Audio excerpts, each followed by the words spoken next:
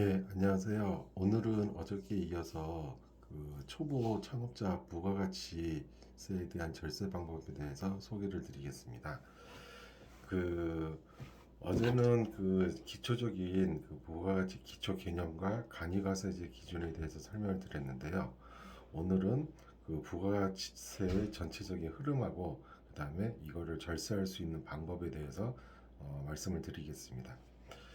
어, 어저께 일반 과세자하고 간이 과세자에 대해서 잠깐 언급을 드렸는데요. 다시 한번 말씀드리면 일반 과세자는 부가세율이 10%, 간이 과세자는 4%, 그다음 부가세 신고는 일반 과세자는 연 2회, 그다음에 간이 과세자는 연 1회, 그리고 세금 계산서는 일반 과세자는 의무 발행을 해야 되는데 간이 과세자는 발행이 불가합니다. 예외적인 부분은 있습니다. 그 다음에 이 기준은 직전 연도 매출액이 8천만 원 이상이면 일반 과세자, 그 다음에 8천만 원 미만이면은 간이 과세자로 이렇게 기준을 나누고 있습니다. 개인 사업자 같은 경우는 연간 매출액이 따라서 일반 과세자하고 간이 과세자로 아까 구분된다고 말씀을 드렸고요. 상기 등의 임대 사업자는 보통 간이 과세자보다 일반 과세자가 유리한 면이 더 크니 이 점을 좀 주의하시면 될 것 같습니다. 그 다음에 부가세 기간 신고 기간에 대한 부분을 말씀드리겠습니다. 그 부가세는 6개월간 과세 기간으로 해서 신고 납부를 해야 되는데요. 각 과세 기간을 다시 3개월로 나눠서 중간에 예정 신고를 해야 되고 일반적인 법인 사업자 경우는 1년에 4회 1월, 4월, 7월, 10월 그다음 개인 사업자 경우에는 연 2회 1월, 7월에 신고 납부를 해야 됩니다. 그리고 간이가세자는 보통 연 1회 1월에 신고하지만 만일 세금계산서를 발행한 간이가세자라고 한 경우에는 꼭 2회 신고 납부를 하여야 되니 이 부분 주의해 주시기 바랍니다. 그다음에 부가가치세 계산인데요. 일단 납부세액의 계산에 있어서 확정신고 시 일반 과세자 기준으로 봤을 때 과세 표준, 그러니까 내가 수임한 수수료 금액 매출액이죠.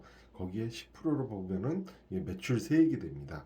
거기서 매입세액을 빼줘야 되는데 매입세액은 사업에 관련하여서 사용된 필요 경비를 세금계산서나 현금영수증, 신용카드 영수증을 증빙을 하고, 두 번째로는 이게 가장 좀 중요한 부분인데 신용카드 발행 세액 공제라고 해서 신용카드나 아니면 현금 영수증 요 부분은 매출 금액의 1.3%를 추가 공제를 해줍니다. 이 부분은 법인은 되지 않고 반드시 개인만 되고, 또 하나는 유념해야 될 게 세금 계산서는 안 된다는 부분. 그러니까 신용카드하고 현금 영수증만 1.3% 추가 공제 개인만 하는 부분이 있으니까 이 부분 꼭 확인해 주시면 될 것 같고요. 그다음 예정 신고 납부 세액은 4월하고 10월에 납부한 예정 고지 세액을 가지고서 보게 되면은 첫 번째 과세 표준에서 매출 세액에서 매입 세액하고 신용카드 발행 세액 공제하고 예정 신고 납부 세액 4월, 10월 달에 납부한 세액을 빼주게 되면은 납부할 세액이 되겠습니다.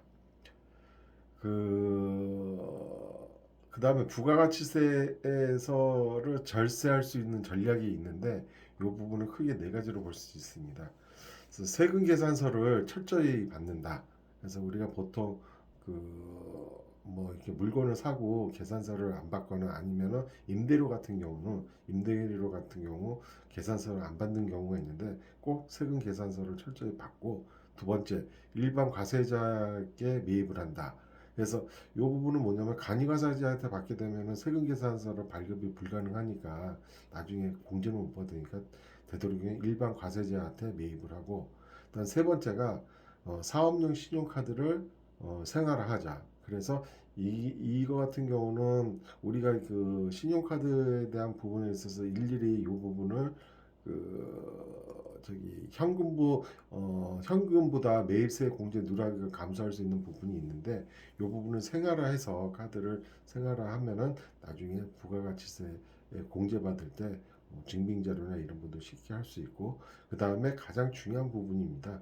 이게 매출액의 10%는 내가 최종 소비자한테 미리 받은 돈이기 때문에 이 부분이 매출액에 있어서 꼭 10%는 적립해서 나중에 세금 낼 때 차질이 없도록 그렇게 하시면 될 것 같습니다.